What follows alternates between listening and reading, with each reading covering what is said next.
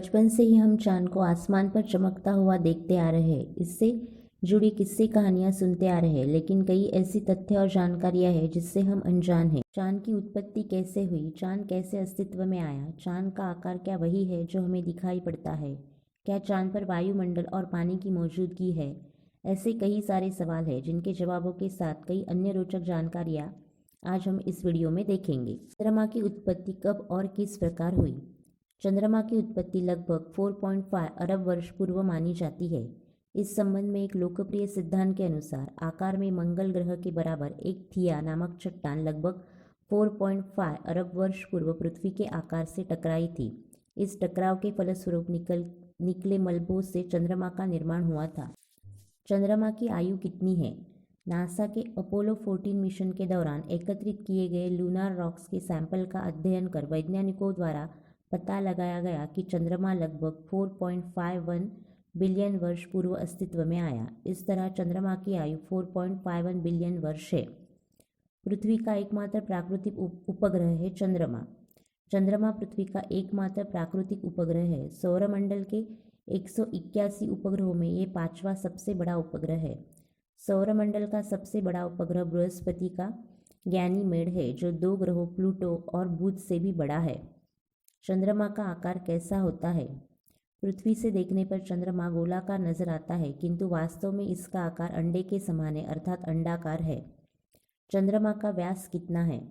चंद्रमा का व्यास 3476 किलोमीटर है, जो पृथ्वी के व्यास का लगभग 1/4 है।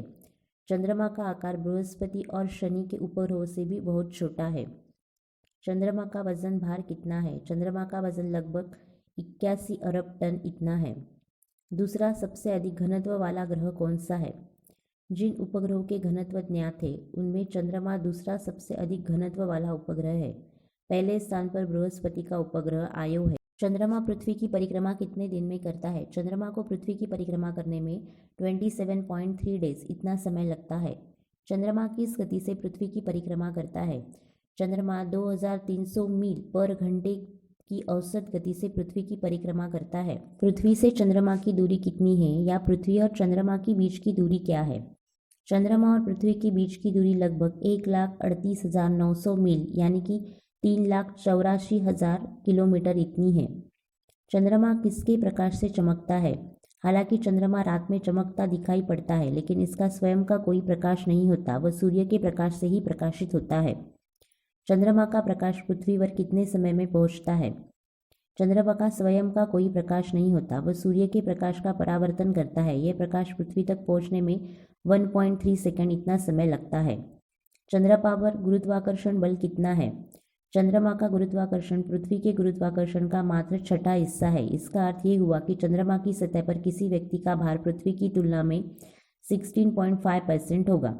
वजन कम महसूस होने के कारण चंद्रमा पर कोई भी व्यक्ति बहुत ऊंची छलांग लगा सकता है। चंद्रमा पर वायुमंडल है या नहीं?